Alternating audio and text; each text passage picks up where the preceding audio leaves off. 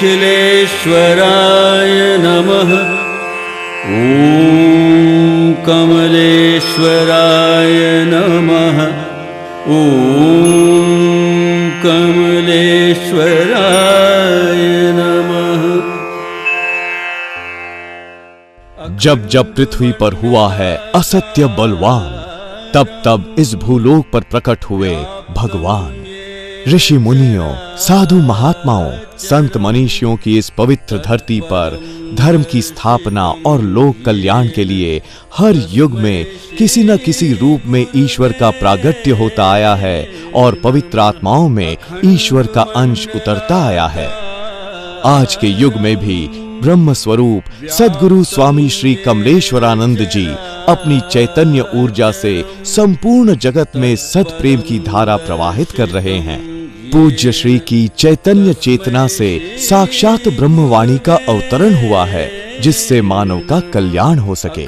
मंत्र तंत्र यंत्रवेत्ता, विविध गोपनीय रहस्यों के मर्मज्ञ और समस्त मूलभूत समस्याओं का निराकरण उपलब्ध कराने वाले परम पूज्य स्वामी श्री कमलेश्वरानंद जी का लक्ष्य है पृथ्वी पर प्रेम की उपासना, आत्म जागरण और समस्त प्राणियों का आनंदमय जीवन। ऐसा जीवन जो शारीरिक, मानसिक, आर्थिक, पारिवारिक आदि हर प्रकार के तनाव से पूरी तरह मुक्त हो। इसके लिए पूज्य गुरुदेव श्री कमलेश्वरानंद जी विभिन्न प्रकार की दीक्षाएं प्रदान करते हैं।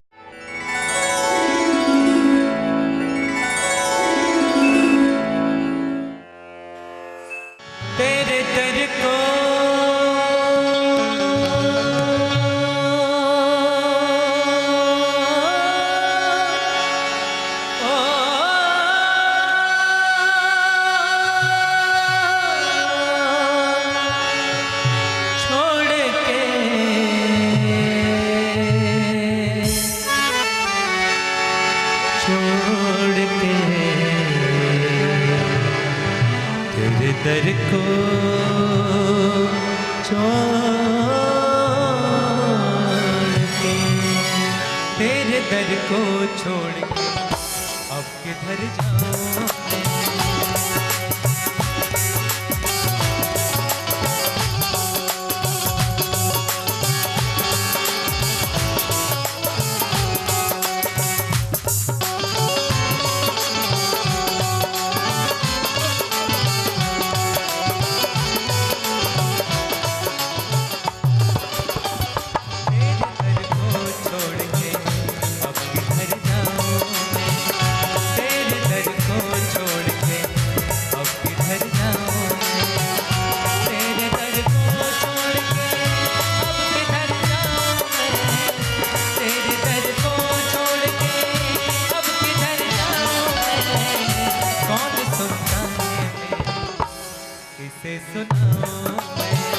कौन सुनता है मेरी, किसे सुनाऊं मैं।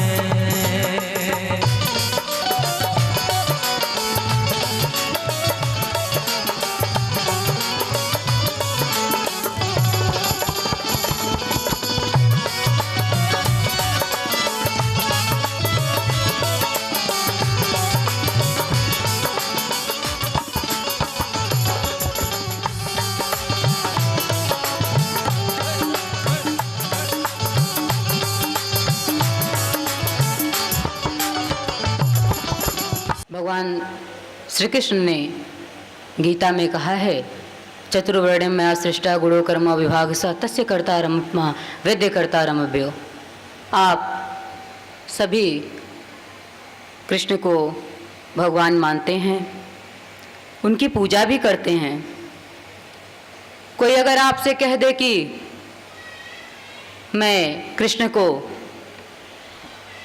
नहीं मानता, नहीं मानती, तो आप कुछ अपशब्द भी बोल देंगे कि आप अपने आप को क्या समझती हो कि आप कृष्ण को ऐसा कह रही हो, कह सकते हो आप, और कोई कहेगा भी नहीं, क्योंकि कृष्ण तो साक्षात ब्रह्म कहे जाते हैं, क्योंकि ब्रह्म ने समय विशेष में कृष्ण में खेला।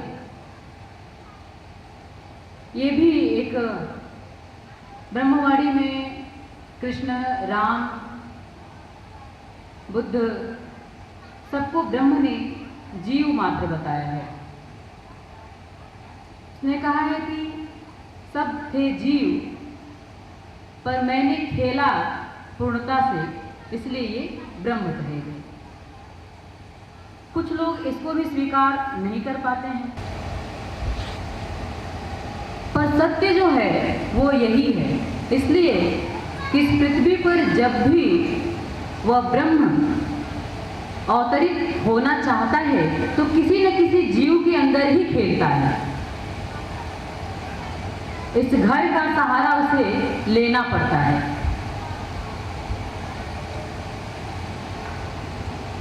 क्योंकि आप सगुण भी उसे चाहते हो, वो हर कण कण में अलग अलग रूपों में व्याप्त है।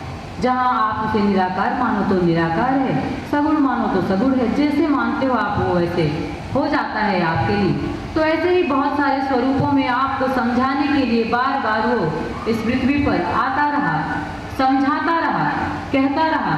और हम सभी धर्म ग्रंथों को पढ़ते भी रहते हैं, मानते भी हैं, अपने घर में, अपने पूजा गृह में स्थापित भी करते हैं, पर अपने जीवन में उन शब्दों को, उन बातों को, उस प्रभु द्वारा कही हुई वाणी को अपने जीवन में स्थापित नहीं कर पाते हैं। ये हमारे जीवन का दुर्भाग्य है। ये हमारे जीवन में आने वाले दुख को निमंत्रण है कि हम उसे सिर्फ नाम से पुकारते हैं, पर उसे उसके द्वारा कही हुई बातों को जीवन में नहीं उतारते। अगर उतार लेते तो जीवन धन्य हो जाता। अब इसी लाइन को देखिए, आप लोग समाज का विभाजन, वर्गीकरण किया है हम सभी ने मिल करके। कुछ लोगों का हम कुटुंब बनाते हैं, उसको एक नाम दे देते हैं। किसी को हिंदू कह दिया, किसी को मुस्लिम कह दिया, किसी को सिख कह दिया, किसी को ईसाई कह दिया। और अपने अपने जैसा हम चिंतन करते हैं, जिस भी स्वरूप में जो जिसे मान लेता है, जैसे मान लीजिए कोई कृष्ण को मान लेता है, कोई राम को मान लेता है, कोई ईसा को मान लेता है, कोई मोहम्मद को मान लेता है, वैसे बना करके और आप अपने हिसाब से एक सामाजिक ढांचा तैयार कर देते हैं और उसे आप नाम दे देते हैं, आप अपने हिसाब से बनाते हैं। किसी घर में आप पैदा होने से मान लेते हैं कि मैं ब्राह्मण हूँ।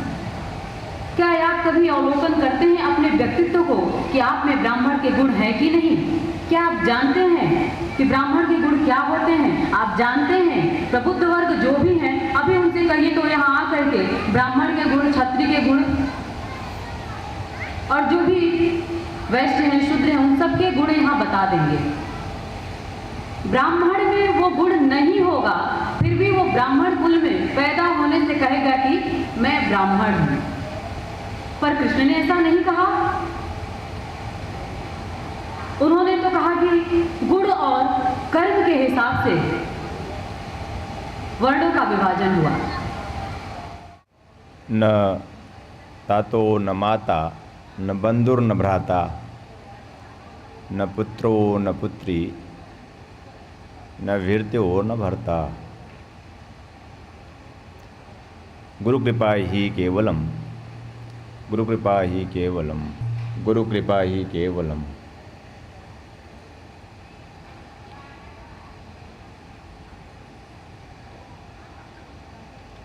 उस परम प्रभु की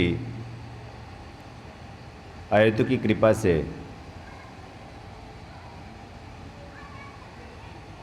यह चराचर जगत उनकी ही लीला से क्रीड़ा मात्र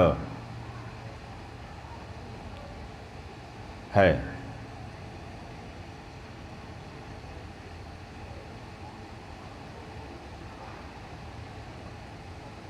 भासता है कि यह है जो कुछ भी आप देख पाते हैं, सुन पाते हैं, ऐसा आपको लगता है कि आप देखते हैं, आप सुनते हैं या समझते हैं।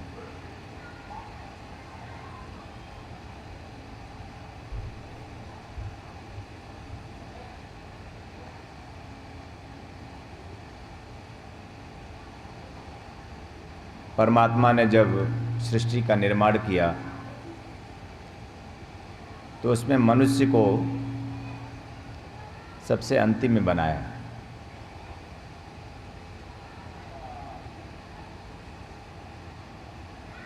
मनुष्य को सबसे अंतिम में बनाया, इच्छा नहीं रही होगी, कुछ सामान बच गया होगा पौधों से, कुछ सामान बच गया होगा पशु पक्षियों से, कुछ सामान बच गया होगा कीट पतंगों से, बचे खुचे सामान से उसने सोचा चलो मनुष्य बना देते हैं। इसलिए जब हम आज के मनुष्य को देखते हैं तो मुझे मनुष्य नज़र नहीं आता। उसमें कभी पशु नज़र आता है, कभी किसी समय विशेष में पक्षी नज़र आता है, किसी समय विशेष में पेड़ पौधे भी नज़र आते हैं।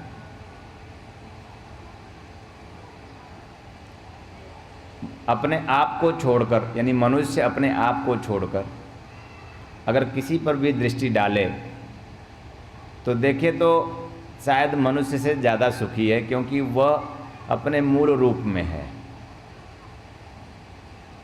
पौधा है, पौधे में कुछ मिला नहीं, परमात्मा ने कुछ मिलाया भी नहीं, पौधे को सिर्फ एक समान से बना दिया पौधा।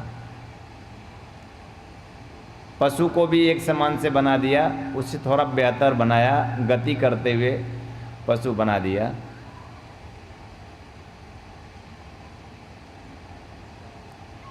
वो भी सुखी नजर आते हैं। पौधा कभी दुखी होता है?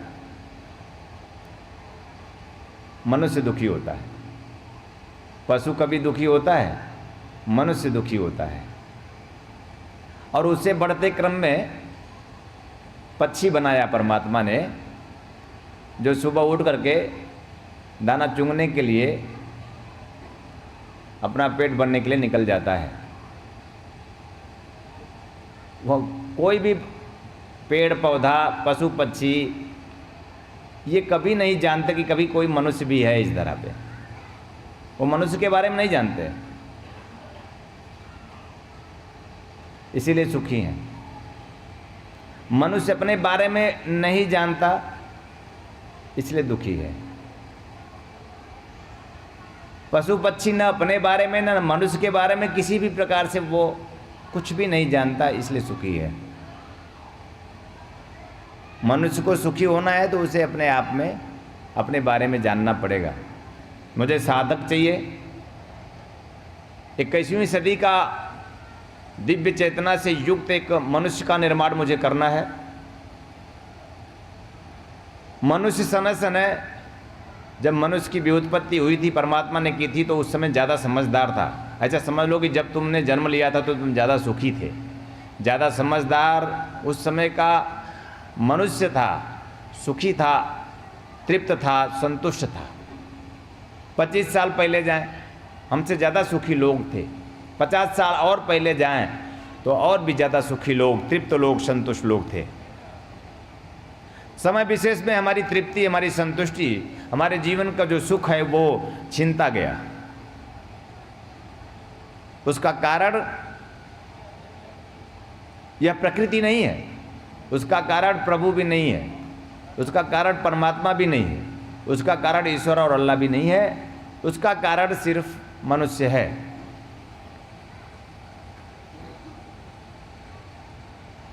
तो मनुष्य जो है कई तत्वों से मिलकर चूंकि बना है, इसलिए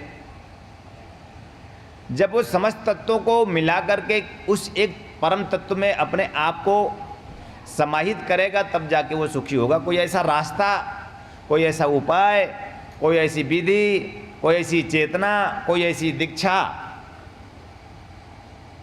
किसी में जल तत्व अधिक है, रोगी है, किसी में अग्नि तत्व अधिक है, रोगी है, किसी में वायु तत्व है, अधिक है, रोगी है।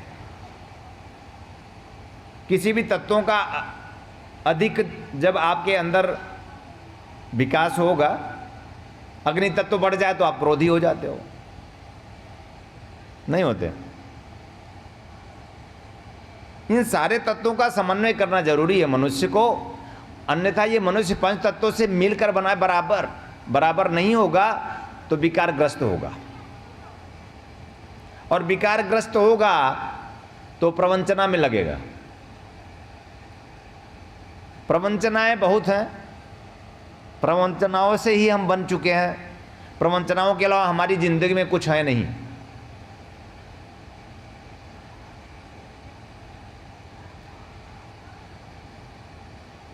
कोई कहता है कि समाज को देखकर चलो, कोई कहता है हम समाज को मानते ही नहीं, प्रवंचना है। कोई कहता है कि माता पिता का आदर करो, कोई कहता है कि माता पिता को हम मानेंगे ही नहीं। ना, दोनों बातें आप, ये प्रवंचना है। हिंदू कहता है कि ईश्वर के सिवा कुछ होता नहीं, और मुसलमान कहता है कि मोहम्मद के अलावा कुछ होता नहीं। ईसाई कहते हैं कि ईसा के सिवा तो इस संसार में कुछ है ही नहीं। प्रवंचना है। अरे तुम सामाजिक रूप से, नैतिक रूप से, धार्मिक रूप से, आध्यात्मिक प्रवंचना करते हुए तुम सभी बहुत अच्छी तरह जानते हो कि तुम तृप्त नहीं हो, संतुष्ट नहीं हो, किसी भी प्रकार से तुम अपने परिवार में खुश नहीं हो, होंगे भी नहीं। तुम सबके बीच में रहते हुए भी तुम एक अकेलापन महसूस करते हो।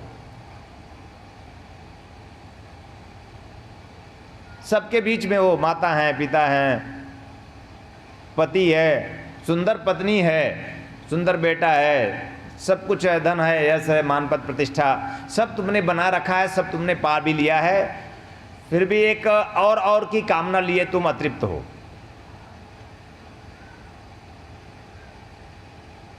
अकेलापन सालता है, अकेलापन काटता है। इन सब के बीच में भी मैं अपने आप को बहुत अकेला महसूस करता हूँ। यद्यपि सारे संबंधों में हम जुड़े हुए, हम सभी अपने जीवन को व्यतीत कर रहे हैं।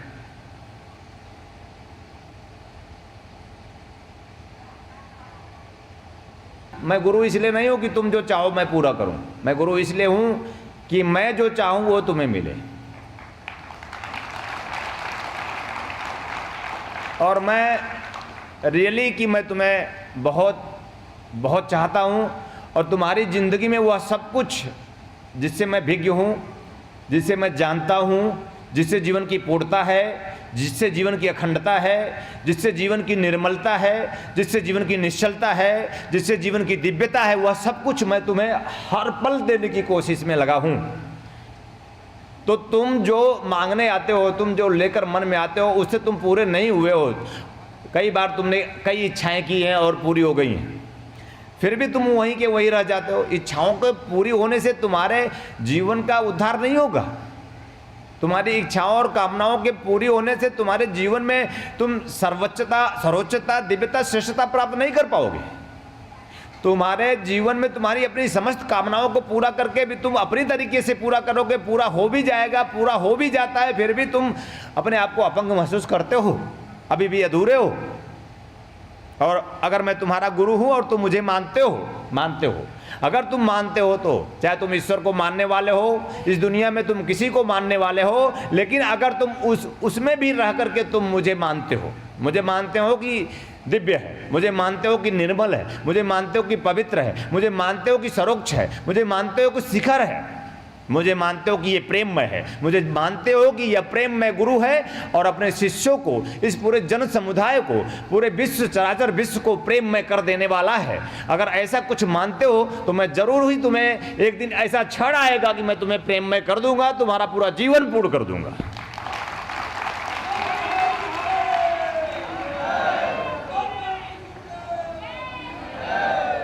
मैं गुरु हूँ मैं जानता हूँ, मैंने भी ज़िंदगी जी है, मैंने भी ज़िंदगी जी है और हर पल की ज़िंदगी अब जीवंतता के साथ जी रहा हूँ। कोई दिखावे की ज़िंदगी नहीं, मेरी ज़िंदगी है मेरी जीवंतता की, चैतन्यता की, चैतन्य की चेतना से आप्लावित ज़िंदगी है मेरी। स्वीकार करता हूँ और जीता भी हूँ। यह स्वीकार करता हूँ कि चैतन्य के अलावा कुछ है नहीं, यह स्वीकार करता हूं कि चैतन्य से ही मैं चैतन्य हूं, और यह भी जानता हूं कि तुम भी चैतन्य के सिवा कुछ हो नहीं, लेकिन तुम इस बात को मानते नहीं, तुम खुद को मानते हो,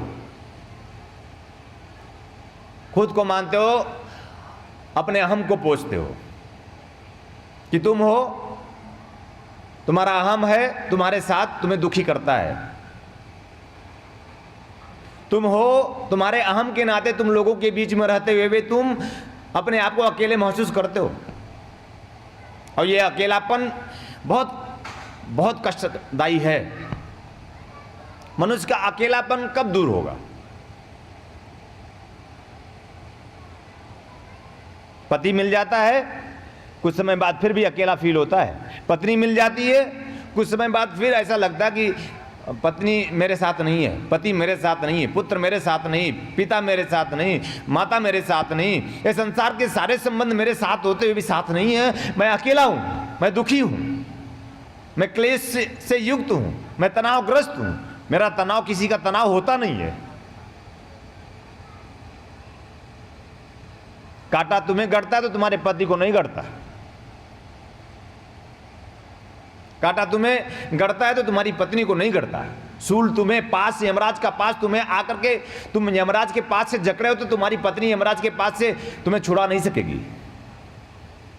तुम देखो मनुष्य हो, तुम मनन करो, चिंतन करो, तुम देखो तुम मनुष्य हो, तुम जागो, तुम होश में आओ, तुम देखो तुम मनुष्य हो, परमात्मा की अनुपम कृति हो, तुम समझो इस बात को। तुम शिक्षित हो तो तुम दीक्षित हो। मैं शिक्षक शिक्षा देता है और मैं गुरु दीक्षा देता हूं। शिक्षक संसार में तुम्हें गतिशील कर देता है, शिक्षक संसार में तुम्हें वह सब कुछ भी दे सकता है, मान पद प्रतिष्ठा तुम्हें प्रदान कर सकता है। हो सकता है तुम प्रयास करो और शिक्षक के प्रयास से, तुम्हारे विद्यार्थियों के प्रयास से तुम संसार में सब कुछ पा लो, लेकिन संसार में तुम देख रहे हो, तुम सब जानते हो कि संसार में सब कुछ प्राप्त करते हुए भी तुम दुखी हो, चिंतित हो, परेशान हो, तुम अकेलेपन में हो, महसूस करते हो। तुम देख लो।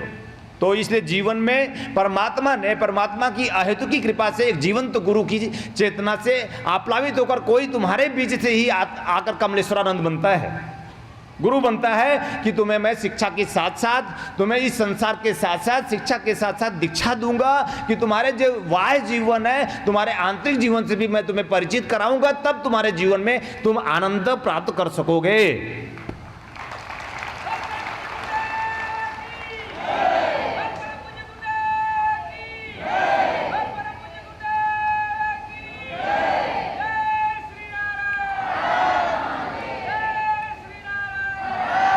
मनुष्य इसलिए भी इस बात को मनुष्य समझे कि वह जो सब कुछ वो संसार में पाना चाहता है वो पा लेता है, और मैं शुभ कामना, मंगल कामना, आशीर्वाद, स्नेह, प्यार सब मैं भी देता हूँ कि उसे सरलता से वह संसार सागर में जो संसाधन जुटाना चाहता है, जो कुछ भी प्राप्त करना चाहता है सब प्राप्त करे, लेकिन उसके बीच में रहकर तुम्हें सुखी होना है। इस बात की ओर मैं तुम्हें संकेत करता हूँ। तुम्हारा बाह्य जीवन तुम्हारा जीवन है जिससे तुम सब कुछ सजो करके भी तुम दुखी होते हो।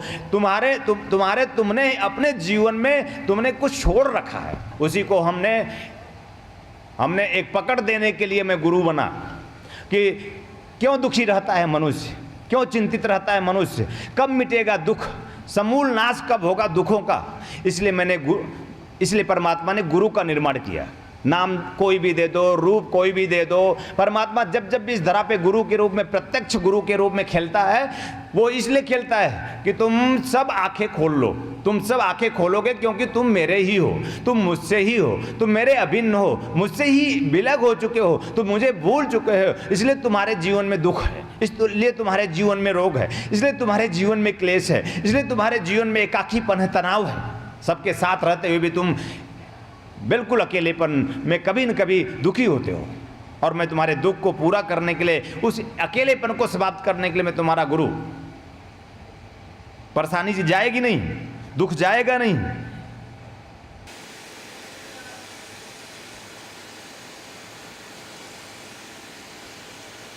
अगर तुम नहीं चाहोगे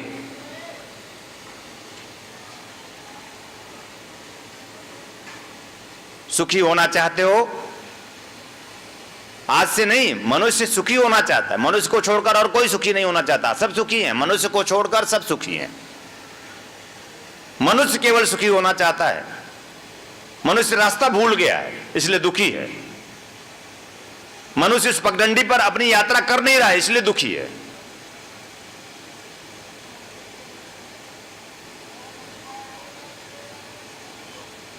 दुख है तो सिर्फ यही समझो कि हम अपनी पगडंडी पर यात्रा नहीं कर रहे हैं, हमें जहां चलना चाहिए वहां हम नहीं चल रहे हैं।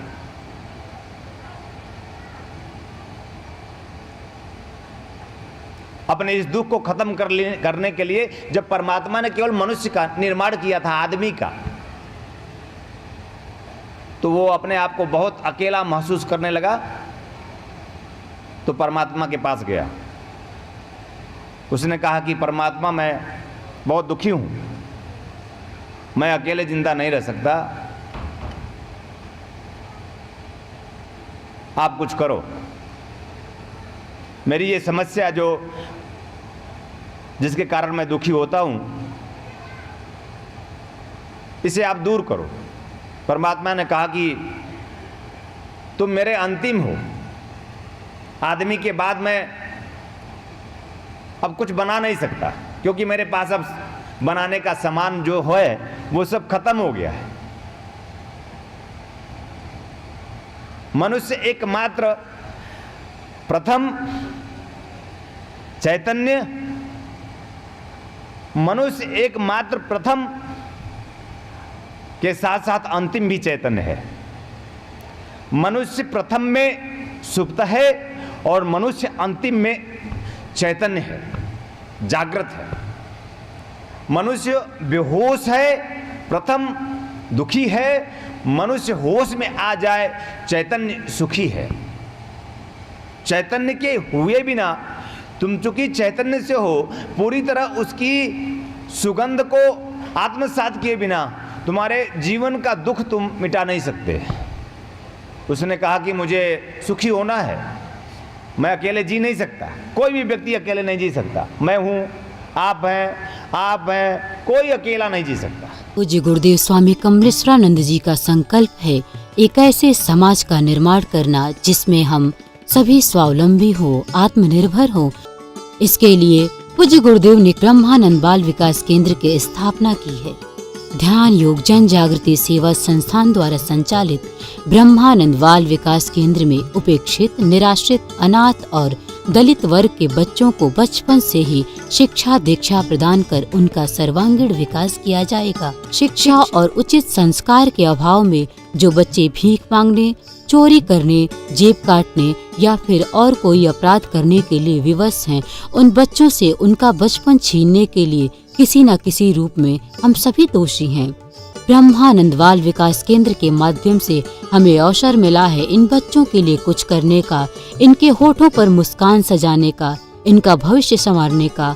तो आइए हम सभी पूज्य गुरुदेव स्वामी कमलेश्वरानंद जी के संकल्प को पूरा करने में सहयोग करें और शिक्षा दीक्षा और मानव कल्याण के इस महायज्ञ में अपना भरपूर योगदान करें।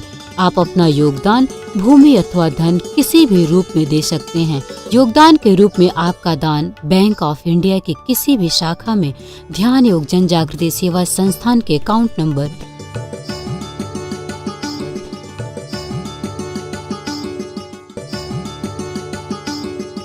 भूमि दान अथवा अन्य जानकारी के लिए संपर्क करें।